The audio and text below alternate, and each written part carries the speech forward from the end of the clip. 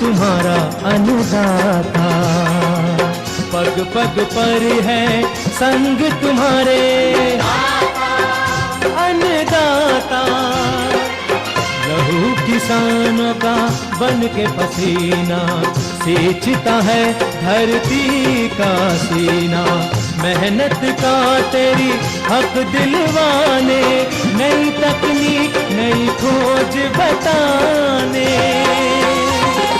पशुधन को गुणवान बनाना, पौध सुरक्षा को सिखलाना, खेती के सब गुर समझाने, भारत का सरताज बनाने। आठों पहर है संग तुम्हारे अन्नदाता अन्नदाता। नमस्कार, आप सभी का स्वागत है अन्नदाता कार्यक्रम में। आपके साथ मैं हूं सोनाली सिंह। हमारे देश के किसान जन का पोषक है, वह श्रम का देवता है, अन्नदाता है। उसमें ही भारत की आत्मा निवास करती है। ऐसे ही किसानों की प्रगति के लिए हम खेती बाड़ी से जुड़ी हुई बहुत सी नई लाभकारी जानकारियां हर रोज सुबह लेकर आते हैं। तो चलिए कार्यक्रम शुरू करने से पहले देखते हैं क्या है आज के अन्नदाता में। नए फल बागों के लिए रेखांकन और गड्ढों की खुदाई।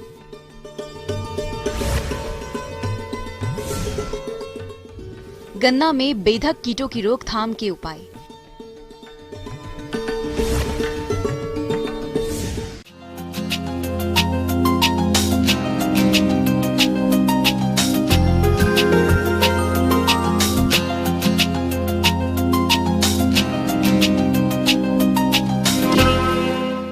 आने वाले समय में किसान अपने खेतों में नए फल वृक्षों को लगाएंगे, लेकिन इसके लिए पहले से ही बाग की रूपरेखा तैयार करनी होती है, जिसमें खेत की तैयारी, रेखांकन, गड्ढे की तैयारी प्रमुख है, जिनको मई माह से तैयार करना होता है ताकि वृक्षारोपण के समय परेशानी ना हो।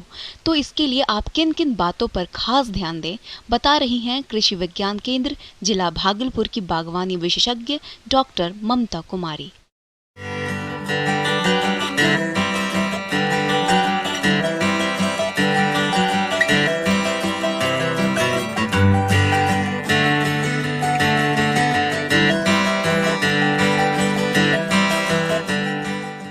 अभी किसान भाइयों को जिनको बाग लगाना है, नया बाग लगाना चाहते हैं, किसान भाइयों को सबसे पहले सर्वोत्तम जो पौधा उनको कहाँ उपलब्ध होगा उसकी जानकारी लें और उसका पहले पौधों की व्यवस्था करें। सबसे महत्वपूर्ण है कि वो पौधा कहाँ से लेंगे, किस तरह का पौधा लगाना चाहते हैं। इसके उपरांत उनको अपने ज़मीन का भी आकलन करना चाहिए। सबसे पहले उनको अपनी ज़मीन के मिट्टी का जांच करा लेना चाहिए कि ज़मीन की उर्वरा शक्ति क्या है, उर्वरा क्षमता क्या है। फल बाग लगाने की योजना। फलों के बाग की योजना ज्यादातर फलों के पेड़ लंबे समय के लिए होते हैं, इसलिए बाग इस तरह लगाया जाए ताकि उनसे फायदा मिलता रहे। भूमि का चयन बाग में नए पौधे लगाने से पहले मिट्टी की जांच जरूर करवाएं। फलों के बगीचों के लिए गहरी दोमट या बलुई दोमट मिट्टी अच्छी रहती है। जमीन में अधिक गहराई तक कोई भी सख्त परत नहीं होनी चाहिए। जमीन में भरपूर मात्रा में खाद होनी चाहिए और जल निकास का सही इंतजाम होना चाहिए। इस प्रकार से उपरांत करने के बाद आप अपने ज़मीन की पहले नपाई करें। नपाई करने के बाद यह निर्णय लें कि आपके बागों को कितनी दूरी पर लगाना है, आम के पौधों पर है या अमरूद के पौधों को है, किस दूरी पर लगाना है। बाग लगाने का कई तरीका होता है, स्क्वायर सिस्टम होता है, वर्गाकार होता है। आम के बागों को वर्गाकार के साथ साथ आप आम के बागों को आयताकार तरीके से लगाते हैं। हेजरो मेथड है, ट्रायंगुलर भी आप लगा सकते हैं। ये आपके ऊपर निर्भर करता है कि आपको किस तरह का बाग लगाना है। साधारणतः किसान जो हैं वर्गाकार ही को चयनित करते हैं। वर्गाकार बगीचा लगाने का आम को खास करके वर्गाकार में ही लगाते हैं। उसका सबसे बड़ा कारण होता है कि जब लंबे अंतराल में बागों में ट्रैक्टर चलाने की आवश्यकता होगी या किसी यंत्र का उपयोग करना होगा तो उनके लिए आसान हो। किसान भाइयों को गड्ढे की खुदाई करनी चाहिए। लगभग 15 मई के आसपास गड्ढे की खुदाई कर लेनी चाहिए। गड्ढे की खुदाई में आपको क्या करना है, गड्ढे की खुदाई में आपको पहले पौध लगाने की उचित दूरी। पौध लगाने के लिए 1 माह पूर्व रेखांकन करके फलदार पौधे के आकार, प्रकार और किस्म के हिसाब से दूरी रखते हुए गड्ढों की खुदाई करते हैं। गड्ढे का आकार 1 मीटर लंबाई, 1 मीटर चौड़ाई और 1 मीटर गहराई के आकार का खोदते हैं। और ऊपर की 6 इंच की जो मिट्टी है, गड्ढे की खुदाई के दौरान 6 इंच की मिट्टी को अलग रखें और 6 इंच के नीचे की मिट्टी जो आती है उसको अलग रखें, क्योंकि ये सर्वविदित है कि 6 इंच में ही सारा मिट्टी का जो है सारा पोषक तत्व समाहित है। तो उसे अलग रखें, 6 इंच वाली मिट्टी को, और 6 इंच वाले के नीचे की मिट्टी को अलग रखें। अब किसान भाइयों को चाहिए कि गड्ढे को खोल करके 15 दिनों तक लगभग इस कड़े धूप में छोड़ दें, ताकि उसमें बहुत सारा ग्रब्स होगा, लार्वा होगा, कीड़ा का अलग अलग स्टेज होगा, वो कीड़ा सब मरे, फफूंद भी समाप्त हो।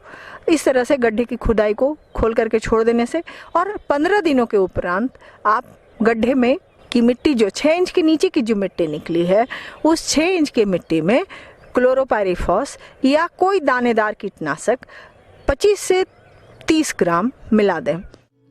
इसके बाद प्रत्येक गड्ढे को गोबर की सड़ी हुई खाद 20 से 25 किलोग्राम, सुपर फास्फेट 250 ग्राम, क्यूनाल्फास 50 ग्राम, नीम की खली 2 किलोग्राम और गड्ढे की मिट्टी डालकर भर देना चाहिए। मिश्रण में खेत की ऊपरी मिट्टी को मिलाना चाहिए। बरसात शुरू होने से पहले मिश्रण से गड्ढे को खेत की सतह से कुछ ऊंचाई तक दबाकर भर देना चाहिए और उसमें लगभग 250 ग्राम DAP मिलाएं, 25 kg कंपोस्ट मिलाएं और साथ साथ पोटास भी मिलाएं। पोटास की मात्रा 2 से 250 ग्राम होगी। पोटास मिलाने के बाद इसे अच्छी तरह से मिक्स कर लें। मिक्स करने के बाद इससे गड्ढे की जो 6 इंच के नीचे की मिट्टी निकली है, उसमें ये सारा मिश्रण तैयार करके और उसे क्या करना है, गड्ढे में भराई करना है। नीचे की तरफ मिट्टी में मिक्सचर जो तैयार आपने किया है उसे भराई करें, ऊपर रखें और जो 6 इंच की मिट्टी आती है उस 6 इंच की मिट्टी को पहले आप ज़मीन में अंदर की तरफ डालें। जहाँ पर गड्ढे की भराई की गई है वहाँ पर पटवन कर दें, पानी पटा दें, पानी को सिंचाई कर दे। उससे सिंचाई क्या होगा कि वो पानी है जो पानी के कारण वो मिट्टी है जो स्वतः बैठेगा, स्वयं से बैठेगा और धीरे धीरे धीरे धीरे धीरे उसे अपने आप बैठने दीजिए। उसमें बिठाने के लिए उस पर किसी प्रकार का दबाव नहीं बनाना है। किसान भाइयों, अब लेते हैं एक छोटा सा ब्रेक।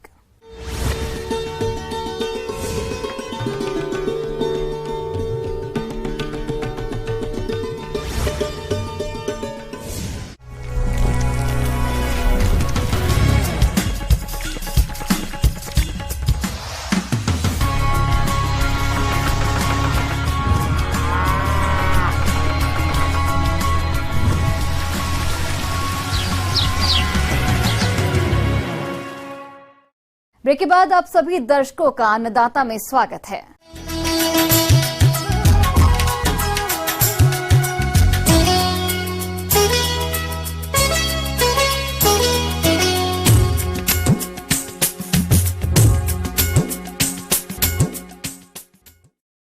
अपने राज्य में गन्ने की फसल विभिन्न अवस्थाओं पर है।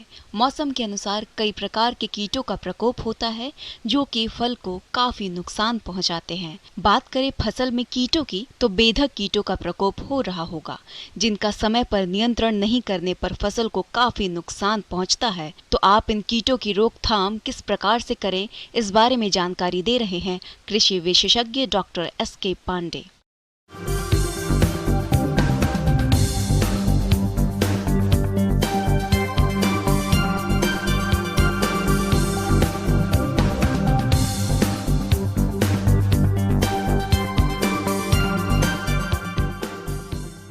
गन्ने की 2 तरह की फसल खेत में खड़ी है। एक तो पेड़ी फसल जो पिछले साल की मुख्य फसल थी, किसानों ने गन्ना मिल में सप्लाई कर दिया। इसके बाद जो पेड़ी फसल खड़ी है उसको मुड्ढा की फसल भी कहते हैं। एक मुड्ढा की फसल हो गई।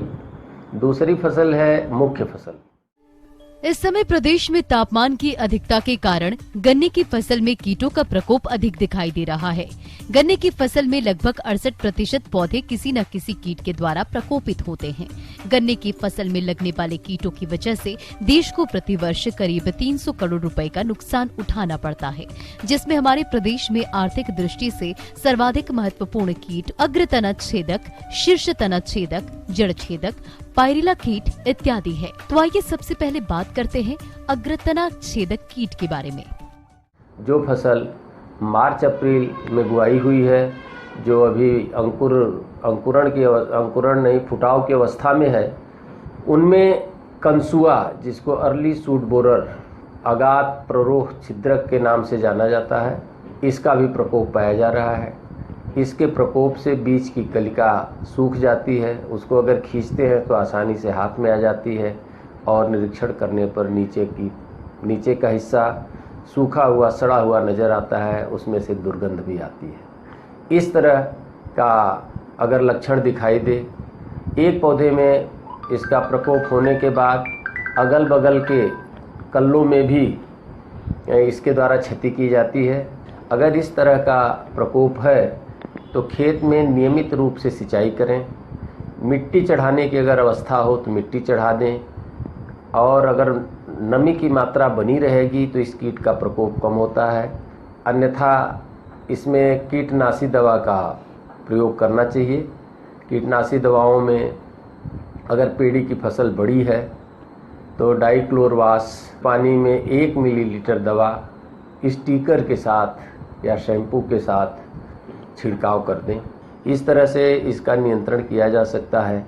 अगर किसान भाइयों को उपलब्ध हो जैविक कीट नियंत्रण का जो एक उपाय है, ट्राइकोग्रामा किलोनिस नाम का परजीवी, जो कंसुआ का अंड परजीवी है, अगर इसकी उपलब्धता हो तो खेत में 7 से 8 कार्ड, जो कि एक कार्ड पे 16 से 18 हज़ार परजीवी उपलब्ध होते हैं, इनको प्रति एकड़ खेत में पत्तियों के बीच में टुकड़े टुकड़े करके परजीवी निकल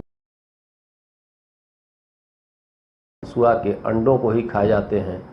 जब अंडे ही समाप्त हो जाएंगे तो अंडे से न सुंडी निकलती है और न नुकसान होता है। तना छेदक कीट, इस कीट की इल्लियां गन्ने की फसल को अधिक हानि पहुंचाती है। इस कीट का प्रकोप वर्षा ऋतु में ही होता है। पत्तियों पर अंडों से निकलकर इल्लियां तने पर आंखों के सहारे गन्ने में छेद कर प्रवेश करती है। पोरियों पर छोटे छोटे छेद पाए जाते हैं, जहां से यह आंखें अंकुरित हो अगोला सूखता है और फिर गन्ना सूखने लगता है। उपज में 15-20% की कमी के साथ ही गुणवत्ता में 1 से 1.5% रिकवरी का नुकसान होता है। इस कीट के नियंत्रण के लिए अन्य बेधक कीटों की तरह फसल में ट्राइकोकार्ड लगाएं। कोटेशिया फेलिपस इस इल्ली का परजीवी है। खेत में लाइट ट्रैप और फेरोमोन ट्रैप प्रति एकड़ 7 प्रयोग करें। फसल में आकर छिड़काव करें। मुख्य कीट जिसे शीर्ष बेधक, चोटी छिद्रक या अंग्रेजी में टॉप बोरर के नाम से जानते हैं, इसका प्रकोप पेड़ी फसल में, बसंतकालीन बुआई वाली फसल में या शरदकालीन रोप में, जो भी इस समय किसानों के खेत पर फसल खड़ी है, उन सब में चोटी बेधक का प्रकोप पाया जा रहा है। और किसान को अच्छी तरह पहचान, उसमें से मध्य कलिका जो है, जो मुख्य गोब में, उसमें छर्रे जैसे लगे हुए निशान होते हैं। सारी पत्तियों में कतार से छिद्र पाए जाते हैं। अगर उनको खींचा जाए तो आसानी से निकलते नहीं हैं। तो उसमें छोटी सुंडी जो काले रंग की होती है, जैसे ही उसकी बढ़वार होती है पीले क्रीम कलर की होती है, उपस्थित होती है। तो इसके नियंत्रण के लिए इसकी बड़ी बात यह है भाइयों को, इसके बाद खेत में नमी की मात्रा बहुत ज़्यादा न हो, नत्रजनीय खादों का प्रयोग कम करें। अंत में इस कीट के नियंत्रण के लिए और एक बहुत ही प्रभावशाली कीटनाशी बाजार में उपलब्ध है, जिसे हम क्लोरेंट्रानिलीप्रोल 18.5% तरल कीटनाशी, इसकी 150 मिलीलीटर मात्रा गन्ने की, जिसको स्टिकर के रूप के शैम्पू का प्रयोग कर सकते हैं, या किसान भाई कर सकते हैं कि खेत में सिंचाई करें। सिंचाई के बाद जब बत्तर आ जाए, पैर टिकने लायक हो जाए खेत, उस समय जड़ों पर दवा का क्लोरिंट्रानिलीप्रोल का प्रयोग करें। गन्ने का फुदका कीट, जिसको पायरिल्ला कीट भी कहा जाता है, इस कीट को इसकी नुकीली चोंच के कारण आसानी से पहचाना जा सकता है। इस कीट की निचली सतह पर रोमों से श्लेषण की क्रिया में बाधित होने लगती है और इसके नियंत्रण के लिए इमिडाक्लोप्रिड 1 मिलीमीटर दवा को 3 लीटर पानी के हिसाब से घोल बनाकर फसल पर 10 दिन के अंतराल पर छिड़काव करने से कीट पर नियंत्रण पाया जा सकता है। आगे और भी है खेती बाड़ी से जुड़ी हुई बहुत सी रोचक जानकारियां। यहाँ रुकेंगे एक और छोटे से ब्रेक के लिए।